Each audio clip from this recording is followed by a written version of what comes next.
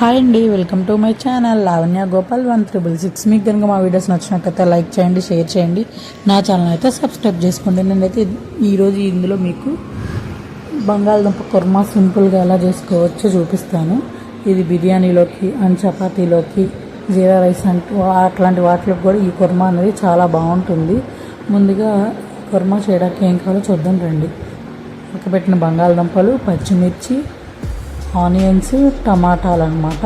ముందుగా stove on చేసుకొని దీంట్లో ప్యాన్ పెట్టేసుకొని దాంట్లో అయితే ఆయిల్ అయితే వేసేసుకోండి. ఆయిల్ కొంచెం హీట్ ఎక్కిన తర్వాత దీంట్లో కొంచెం జీలకర్ర అయితే వేసేసుకోండి.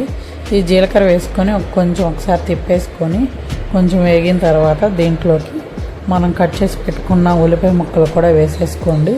ఆ ఉల్లిపాయ ముక్కలు కూడా వేసేసుకొని బాగా ఒకసారి ఫ్రై చేసుకోండి, కలుపుకున్న తర్వాత కొంచెం వేగిని అనిపించిన తర్వాత దీంట్లోకి కరివేపాకు కూడా వేసేసుకోండి. కరివేపాకు కూడా వేసుకొని ఒకసారి అయితే కలుపుకున్న తర్వాత ఇవి బాగా వేగిపోయిన తర్వాత దీంట్లోకి కసూరి మేతి ఉంటే కనుక వేసుకోండి. ఇది ఆప్షనల్ మాత్రమే, ఉంటే వేసుకోండి, లేకపోతే లేదు. నా దగ్గర ఉంది కాబట్టి నేను కసూరి మేతి వేసుకొని ఒకసారి అయితే ఫ్రై చేసేసుకున్నాను. ఈ ఆనియన్స్ అయితే వేగిపోయిన తర్వాత కొంచెం దాంట్లో పచ్చిమిర్చి, అలాగే చిన్నగా కట్ చేసి పెట్టుకున్న టమాటా ముక్కలను కూడా వేసేసుకోండి. ఇవి వేసేసుకొని బాగా ఒకసారి అయితే కలుపుకోండి.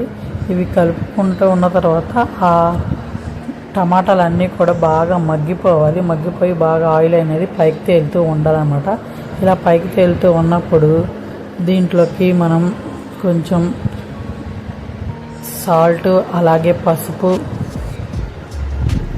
కారం కూడా వేసుకొని ఒకసారి బాగా కలుపుకోండి. మీ రుచికి సరిపడా వేసుకోండి. కారం తినగలిగితే కారం ఎక్కువ వేసుకోండి, సాల్ట్ కూడా మీ టేస్ట్కి తగ్గట్టు అయితే వేసేసుకొని ఇట్లా బాగా కలిపేసేసుకోండి. ఇంకా బాగా ఆయిల్ అయితే బాగా పైకి తేలుతుంది కదండి. ఇట్లా పైకి తేలుతున్నప్పుడు ఏం చేస్తారంటే అల్లం వెల్లుల్లి పేస్ట్ కూడా వేసేసుకోండి.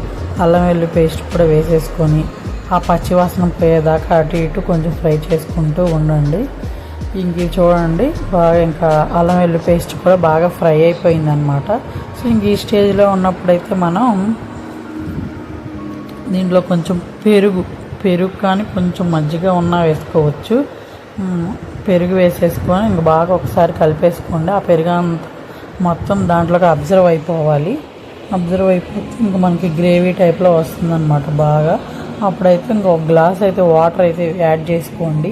పెరుగు మొత్తం కలిసిపోయిన తర్వాత వాటర్ యాడ్ చేసుకున్న తర్వాత ఇది కూడా బాగా కలిపేసేసుకున్న తర్వాత ఆ వాటర్ అంతా బాగా మరగనివ్వండి. బాగా మరిగి మనకి వాటర్ ఉడుకుతున్నట్టు సౌండ్ వస్తుంది, అలా బుడగలు వస్తాయి కదండి. ఆ స్టేజ్లో అయితే బంగాళదుంప ముక్కలు చిన్నగా కట్ చేసేసుకొని వేసేసుకోండి. అవి ఉడకబెట్టినవి కాబట్టి ఆల్రెడీ ఇంకా మెత్తగా అయిపోతాయి. ఇంకా మొత్తం బాగా కలిపేసుకోండి. ఆ మసాలా అంతా వాటికి బాగా పట్టిద్ది అనమాట ఆ బంగాళదుంప ముక్కలకి.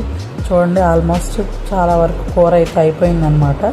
సో ఇంకా దించే ముందు దీంట్లోకి కొత్తిమీర వేసేసుకొని దించేసుకోవడమే అనమాట.